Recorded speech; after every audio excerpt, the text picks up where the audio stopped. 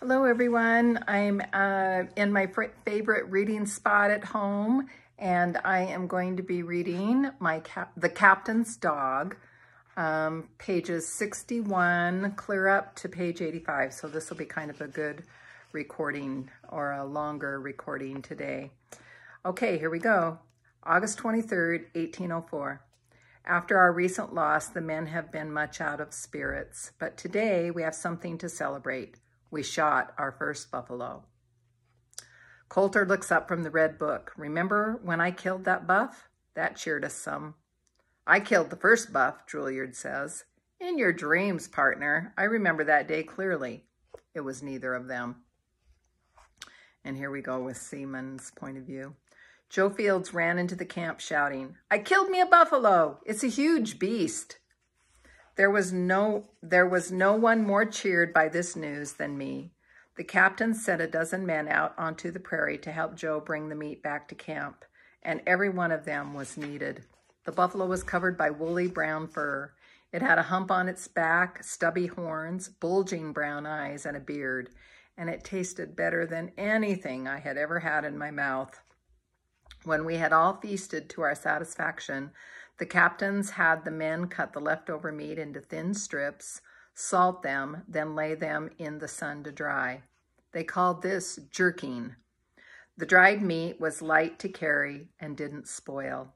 Despite having their bellies filled with buffalo, some of the men were still dispirited by the loss of Sergeant Floyd. Those closest to the sergeant, including the captains, seemed to be spending more time on their own than they had prior to his passing. In the evenings, when the work was done, they would wander off and find a spot away from the others and sit for long periods of time, preoccupied with their thoughts. Captain Lewis's Journal, August 27th, 1804. Private Shannon did not come back to camp last night, and we are greatly worried about him. We don't know if he's lost, had trouble with Indians, or has met with some accident. Reed's desertion, Floyd's death, and now the disappearance of the youngest member of the party. And here's from Seaman's point of view. Shannon was not a good hunter, and the captain was afraid that he might starve to death if they didn't find him quickly.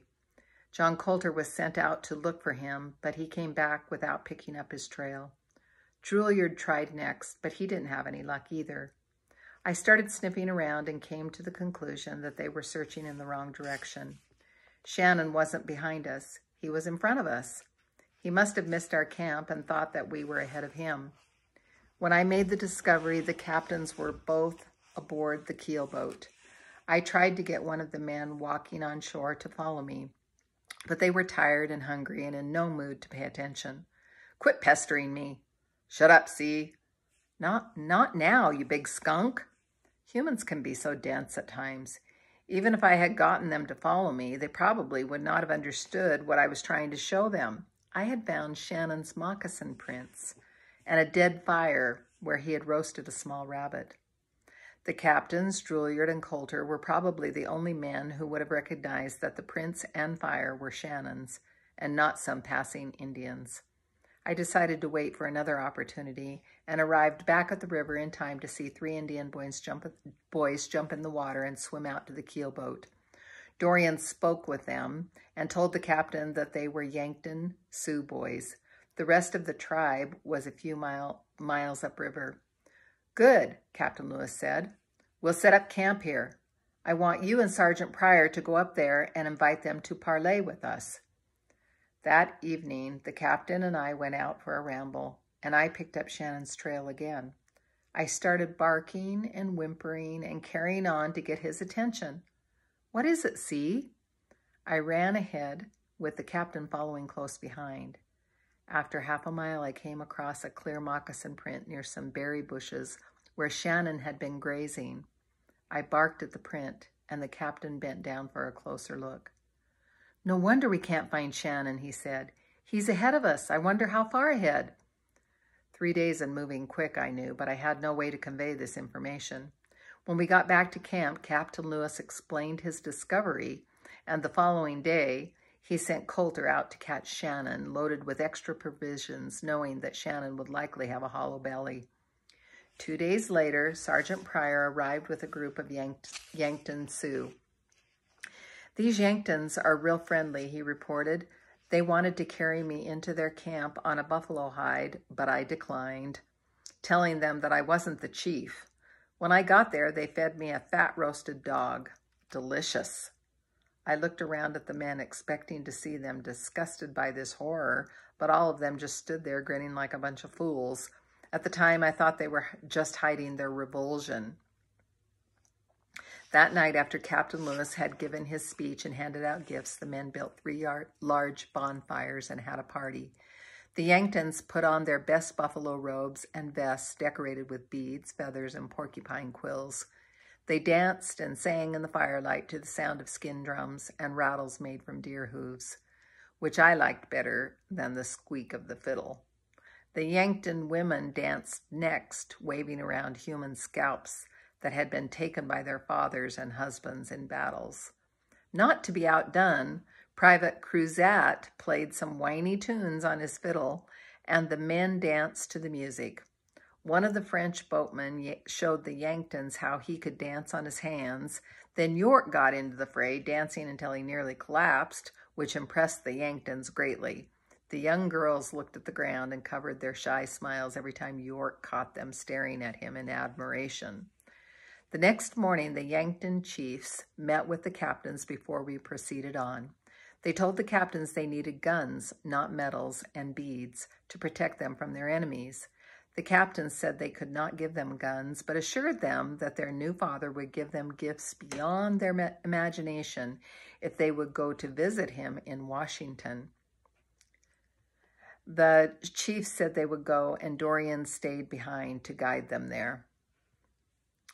September the 6th, 1804. Still no sign of our man Shannon. This is truly the land of plenty. Everywhere we look, there are deer, elk, buffalo, and other creatures previously unknown to me. But Shannon is no hunter, and I fear he may be dead. One of these new creatures was a small hoofed animal with stiff, buff-colored hair, large eyes, and short pronghorns. It was an awkward-looking beast, but it was the fastest thing on hooves I had ever seen. It sped across the ground in long, graceful bounds, faster than a bird could fly. "I swear," Coulter said, "that animal can outrun a musket ball." It took several days and dozens of shots to prove this theory wrong. Another animal we discovered during this time was the whistling rat. At least that's what I thought it was when I first laid eyes on it. Captain Lewis and I were on a ramble one afternoon when I heard a strange whistling noise in the distance. I ran ahead to see what it was, and I came across a whole town of rats. There were thousands of them popping in and out of these holes in the ground, warbling like a flock of songbirds. I tried to catch one to bring back to the captain, but they dived down their hatches faster than I could snap my jaw closed. The captain came along and watched me for a time, then said, "I think we'll need some help with this, see? Let's go." We went back to camp and enlisted a few of the men to help us conquer the rat town. "Our mission is to capture one alive," the captain informed them. The French boatman accompanying us said that the animals were not rats, but prairie dogs. He must have been mistaken because they didn't look or act anything like dogs. The men tried to dig one out of the ground, but gave up after going down 6 feet without so much as seeing one of the little rat dogs. "Any other ideas?" the captain asked. "Maybe we could use water to flush them out," Sergeant Gass suggested. "It's worth a try." With great difficulty, they hauled 2 barrels of river water to the rat town and poured the contents down a hole. After a time, one of the soggy animals crawled out into the open, and a man grabbed it. We had our live prairie dog. Captain Lewis was delighted with the homely creature. He put it in a box and said he planned to send it back to President Jefferson when the keelboat returned in the spring. It was a few days after this that we made our best discovery. We came around a sharp bend in the river, and La Biche shouted out from the bow, "My goodness, it's Shannon." Sure enough, Private George Shannon was sitting on the bank, grinning from ear to ear, despite his pitiful condition. But I don't know who were happier to see whom. The captains and the men nearly wept with joy when they laid eyes on him. He was the youngest of the men and a favorite with everyone. He said he'd had nothing to eat for the past 12 days but a handful of grapes and a rabbit. I sat down this morning figuring I was done for. I knew I would never catch up with you, starving like I was. I was just waiting for the Grim Reaper to come along and take me away. Shannon went on to explain that a few days after he left us, he ran out of balls for his rifle. I managed to kill the rabbit by whittling down a hunk of wood into a musket ball for my gun. Thank heavens it worked. If it hadn't been for that bit of luck, you'd be burying me right now, boys. September the 24th, 1804. I am fearful that our meeting with the Teton Sioux will not go as well as our meeting with the Yanktons. Earlier this afternoon, Private Coulter informed us that a group of Indians had stolen his horse. A few minutes after we received this information, 5 young Tetons hailed us from the shore, asking if they could ride in the boat. We told them that we would not even talk to any of their people, including the chiefs, until our horse was returned. And here's from C's point of view. I missed the initial meeting with the Teton Sioux because I caught a glimpse of Whitefeather and had run off into the forest looking for him. When I got back to the men, Captain Lewis had completed his speech and demonstration, and Captain Clark was handing out gifts to the 3 chiefs. The captains had anchored the keelboat in the middle of the river with men manning the blunderbusses and swivel gun. Along shore were at least 200 Teton warriors armed with bows and arrows. The air was saturated with the scent of fear and anger. My hackles came to attention. The 3 main chiefs, Black Buffalo, the Partisan, and Buffalo Medicine, stared with surly indifference at the gifts they had been given. The Partisan began yowling about his pitiful gift, loud enough for everyone to hear. Buffalo Medicine and Black Buffalo were not about to be outdone by the Partisan, so they started yowling too. The captains were dismayed by this turn of events and tried to make it up by inviting all 3 chiefs out to the keelboat for a tour. When they all got there, the captains offered the chiefs a little taste of whiskey, which seemed to settle them down some. But when it was time to take them back to shore in the pirogue, the Partisan started stumbling around the dock as if he were drunk, saying that he would not leave. The captains were furious. They kept their tempers under control, knowing they could not bodily force the chiefs from the keelboat with a throng of warriors standing alongshore watching their every move. Using several of the men, they were able to gently herd the chiefs back into the pirogue.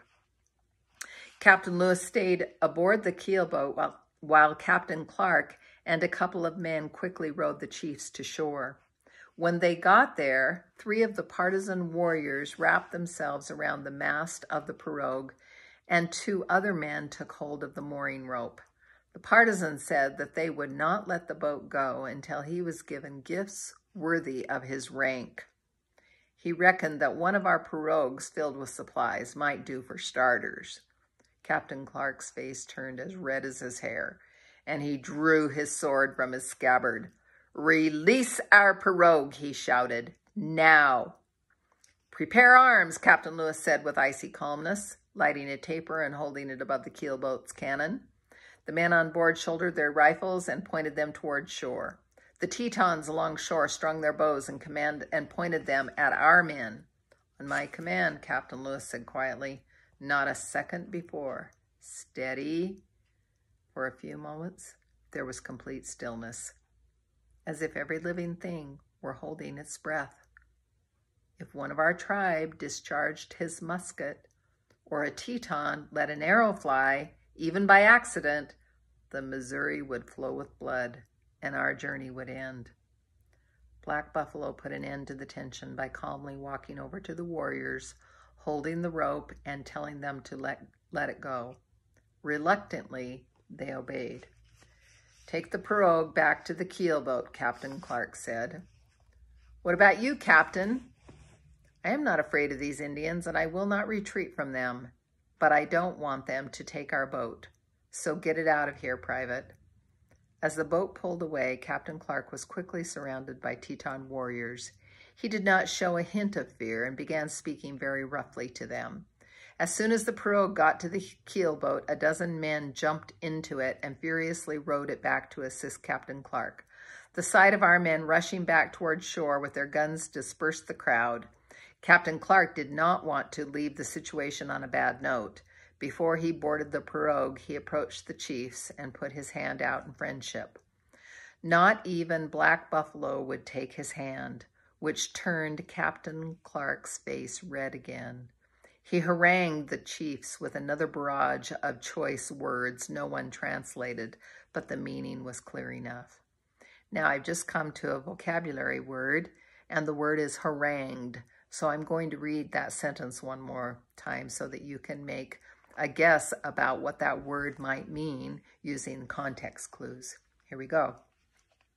He harangued the chiefs with another barrage of choice words no one translated, but the meaning was clear enough. When he'd finished, he stomped off toward the pirogue and told the men to shove off. They hadn't gotten 10 feet from shore when Black Buffalo and a couple of his warriors waded out into the water to their waists, begging Captain Clark to take them to the keel boat with them so they might ride in it. Captain Clark softened and picked them up. As soon as they got to the keel boat, the anchors were hauled up and we proceeded a short distance upriver to an island the captains named Bad Humor. That night, no one slept a wink. Even with Black Buffalo as our guest, the men were still fearful the Tetons would attack. By morning, things looked a little brighter. The partisan joined us and behaved as if nothing had happened the night before.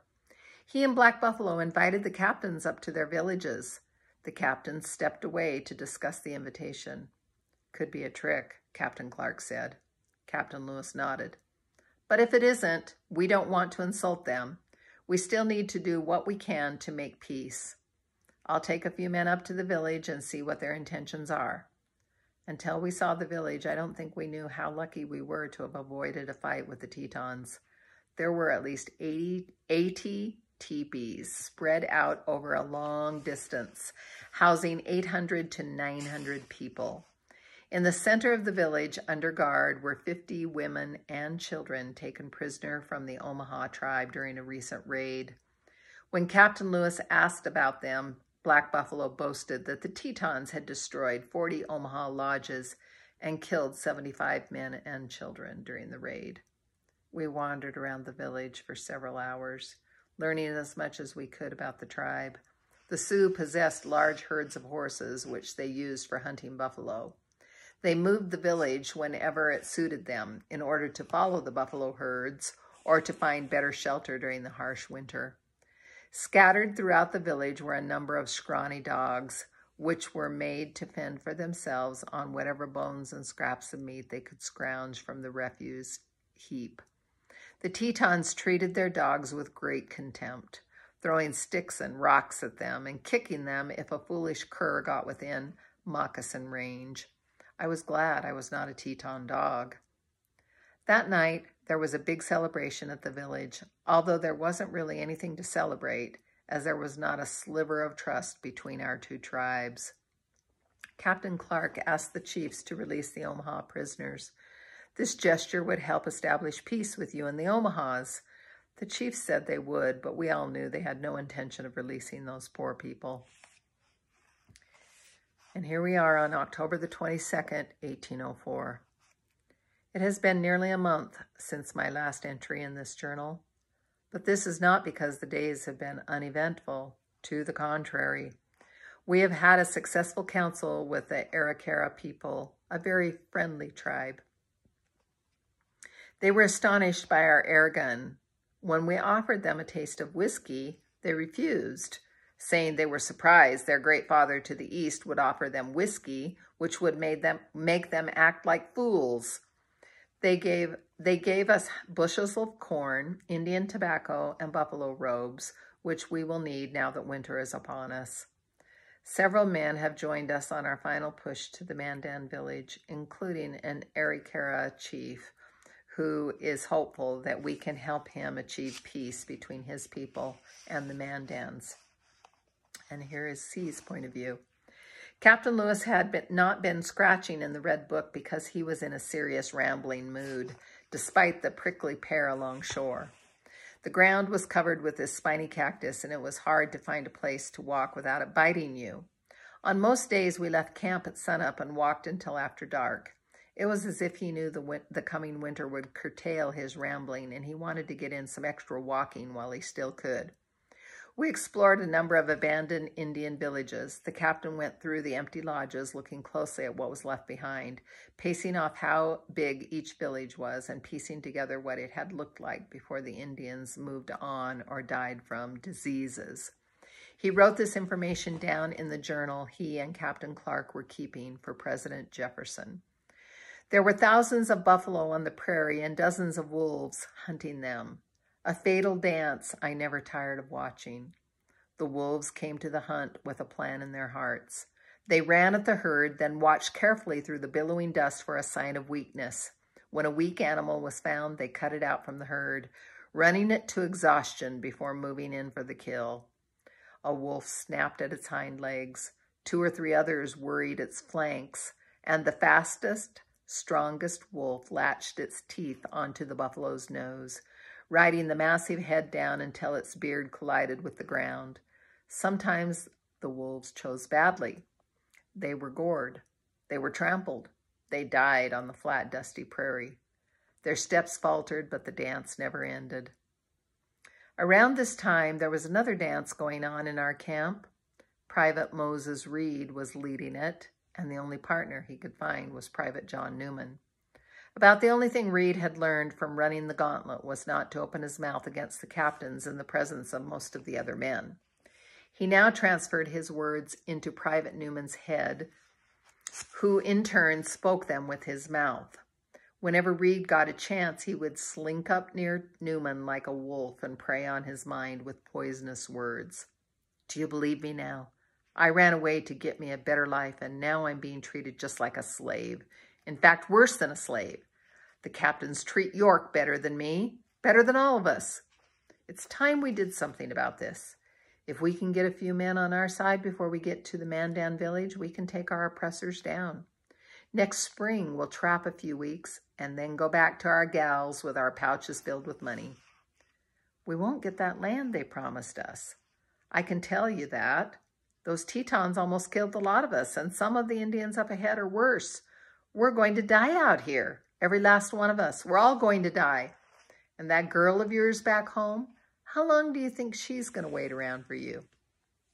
Hearing these words day after day was just too much for poor Newman. One night, the men sat around the fire talking about this and that, the Arikara women and what the Mandan women would be like. Would it ever stop raining? How cold the winter would be? Newman was sitting quietly, as he usually did, staring into the fire, holding a cup of hot coffee in his hands to warm them, when suddenly he stood up and threw his mug onto the ground. I'm sick of being a slave, he shouted. Aren't all of you? It's time we knock the captains down a peg or two and take this expedition over. Who's with me? The men stared at him in mute bewilderment. Not even John Coulter, who was seldom wordless, had anything to say. You're all cowards, Newman spit. I'm a young man with my whole life before me, and I intend to live it as a free man. Captain Clark, having heard the commotion all the way from the keelboat, strolled up to the fire. Private Newman, would you care to recant those mutinous words you have spoken? Private Newman glared at him defiantly. No, sir, I would not. Confine him, Captain Clark said calmly, and strolled back to the keelboat. The next day, a court-martial was held, and Newman was charged with expressing mutinous words. He was sentenced to 75 lashes, removal from the permanent party, and hard labor until he could be sent back to St. Louis in the spring with the French boatmen. After the lashing, Newman was a changed man. He recanted what he had said and stopped listening to Reed. He hoped he could get back into the captain's good graces and continue with us in the spring, but the captains could not afford to have a weak-spirited or mutinous man as a member of the permanent party. October the 26th, 1804. Tomorrow morning I will walk ahead to the Mandan village and make certain of our welcome. I spent a good portion of the morning looking over my animal collection. In particular, the prairie wolf Captain Clark managed to kill a few weeks ago. The animal is quite different from the larger gray wolf and is definitely a different species, but certainly a canine of some type.